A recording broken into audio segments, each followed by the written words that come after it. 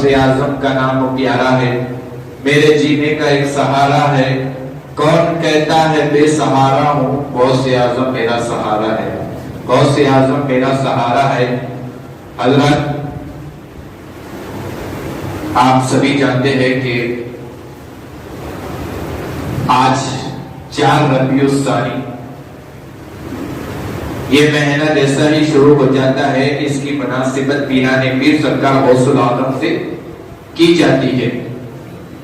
یہاں پر بعض علماء کرام، صوفیاء کرام کا یہ